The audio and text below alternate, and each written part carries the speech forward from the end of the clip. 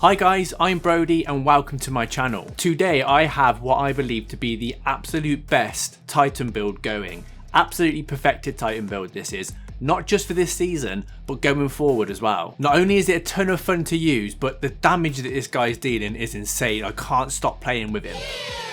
Not like that. So what I've done is I've combined my God Mode Titan build and my Only Hunter You Need build, brought them both together and created the most perfect Titan going. Skill gap doesn't matter with this build. If you're not a high skill player, this build will give you the confidence to go into battle and start slaying. But on the other hand, if you're a high skill player, you're going to be running around, dealing a ton of damage whilst healing and maximize your skill set even more. It really is that versatile and everything just works passively. So let's look at the build, mod placements, and I'll tell you why I think it's so good. I'll also include some recommended weapons that I like to use with it as well. Okay, so before we get started, I just want to say that this is the only Heart of Inmost Light build I will be doing until Lightfall comes out at least, because we all know it's the most powerful, overused exotic, but this build is intended just to stick on when you're doing anything real difficult like Grandmaster Nightfalls or dungeons or whatever. So just imagine it's like pressing easy mode really. That's what this is all about. Don't run it all the time, just run it when you're struggling or need an extra hand getting through those harder difficulty levels. So we all know by now that the Titan Storm Grenades with the touch of thunder aspects absolutely lethal. And if you saw my Hunter video where we're using the explosive damage from these grenades to create solar elemental wows using explosive wow maker to then give us Well of Life, which is going to constantly heal us, making us super tanky.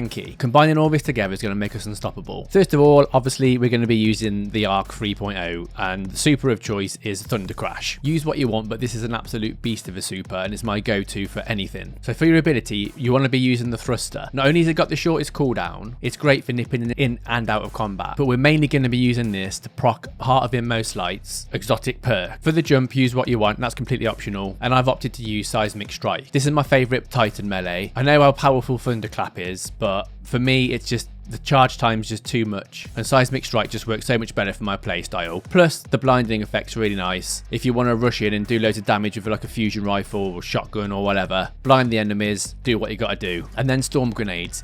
These things are an absolute beast and I love them so much. In my God Mode video we had two of these things going and they were just destroying champions like they were nothing. This with the aspects and fragments to make it last longer, going to make things jolt, going to cause ionic traces, going to make our Heart of Inmost Light even more powerful. Definitely stick these things on. First aspect I'm going to use is Knockout. Now it's not a melee focused build, but this is always handy for survivability, getting your health back and just doing a bit of melee damage if and when you need to. But it's Touch of Thunder we really want. This is going to make our Storm Grenades create a roaming thundercloud that tracks nearby targets and fires bolts of lightning at foes beneath it. This thing's lethal, it'll destroy anything in its path, and the fragments we're going to use is going to make it 10 times stronger, jolting things, and it'll be chaining lightning everywhere. Spark of Irons is our first fragment. Defeating a jolted target creates an ionic trace. Ionic trace is going to be our first method of getting ability energy back, and these are going to passively just come to us, don't have to do anything, just have to jolt targets and defeat them. The ionic trace will then travel along the ground, give us a nice boost to our abilities whilst we're dealing loads of damage. Spark of Shock, your arc grenades jolt targets. We're going to be throwing these powerful storm grenades around all the time. These are going to be then jolting targets. When the jolted targets die, they're going to be creating ionic traces thanks to the last fragment we just looked at. But while these targets are jolted, target is charged with destructive arc light. As they take additional damage while jolted, they chain lightning to nearby enemies. Thanks to our Heart of Inmost Light buff, these grenades are even more powerful and we'll have another one to throw again in no time at all. Spark of Resistance. While surrounded by combatants, you are more resistant to incoming damage. Get a nice +10 to strength here. This is just a great survivability fragment for if and when you are close to a couple of enemies. You can get up to 40% damage resistance here, depending on how many enemies are around you. And finally, Spark of Magnitude.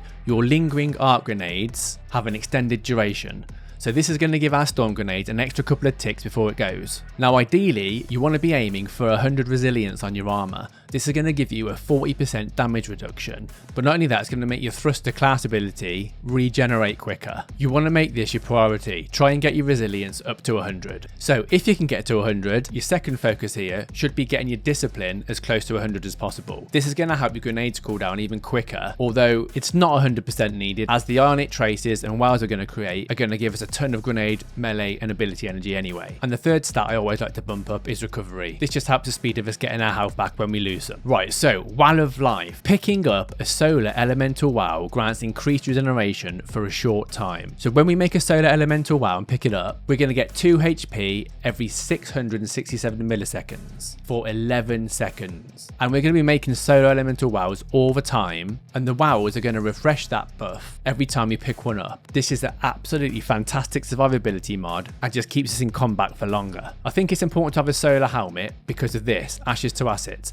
Gain bonus super energy on grenade kills. I'm running double of these. Our grenades are going to be absolutely slaughtering things. And for every kill that we get, it's going to bump our super up, which is going to make our Thunder Crash cooldown as quick as possible. So I'm running double Ashes to Assets because of this. On our arms, I've chose to go Arc because of Seeking Wows. Elemental wows that you create move across the ground towards nearby players. Any wow that we make, they're going to automatically come to us whilst we're shooting, whilst we're using our Seismic Strike, while we're using our thruster to get towards the next enemy. The wows are just going to be following us constantly and buffing us. Just like the Ionic Traces, we don't have to do anything. Just carry on dealing damage and passively get an ability regen and the health regeneration from Well of Life. I'm also using Momentum Transfer. Causing damage with a grenade reduces your melee cooldown. It's a no-brainer, but every time we use our grenade and cause some damage, we're obviously going to get melee energy back because of this. Now, our exotic Heart of Inmost Light. Using an ability, grenade, melee or barricade. Obviously we're using a thruster, but that counts as a barricade in terms of this. It empowers the other two abilities. Empowered means abilities have faster regen, melees and grenades do more damage, and barricades have more hit points. Obviously we're not getting the barricades have more hit points buff, but that doesn't matter. The way you want to run this is just use your thruster as and when it's available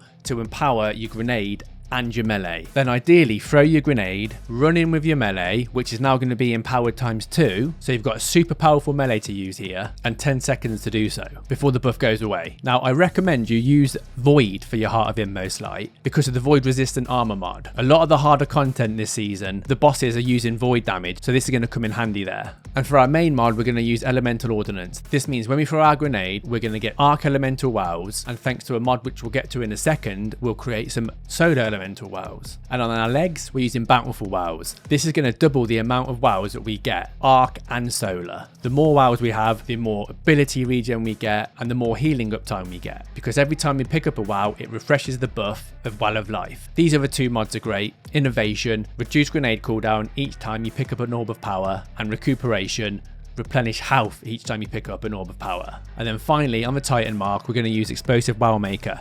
This is what's going to give us our solar elemental wows. Our storm grenades are classed as explosive damage. So we're getting arc wows from our elemental ordnance, and we're getting solar wows from explosive wow maker. And because of bountiful wows, we're getting 2 of each, which are going to seek to us across the floor, just like the Ionic Traces, thanks to seeking wows. This means we can just carry on dealing damage and not have to think about running to pick up wows, because every wow that you look at on the floor and think about you have to go and pick up, that's an extra couple of seconds where you could be dealing damage. And this is what I was saying about it all working passively. Everything just happens in the background whilst we're just being a Titan and dealing damage. I'm also using double bomber on my class item, reduce grenade cooldown when using your class ability. Again, this is only available on the solar Titan mark, and I highly recommend this one because we're using our thruster all the time to proc the perk on Heart of Inmost Light. So every time we pop that thruster, we're going to get a nice little bump in grenade energy. Our grenade is the main focus really of all our abilities, just because how powerful they are.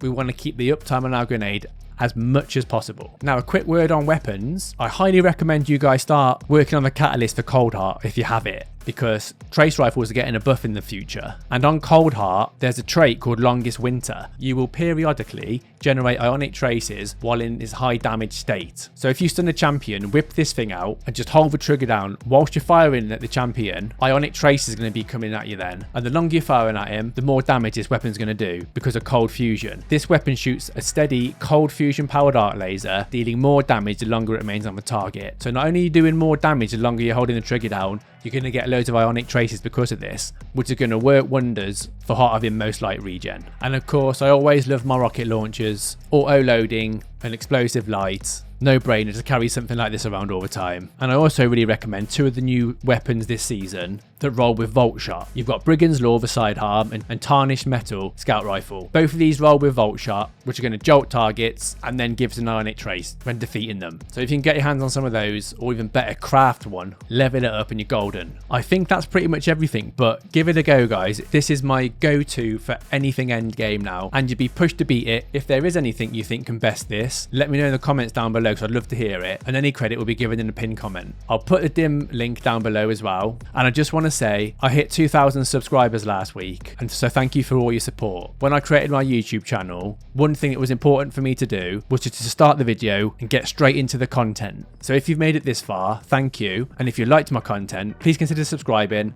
and pressing the like button. I stream on Twitch most weekends playing Destiny, so if you want to come and hang out, join in, you're more than welcome. Enjoy the build, take care, see you guys soon.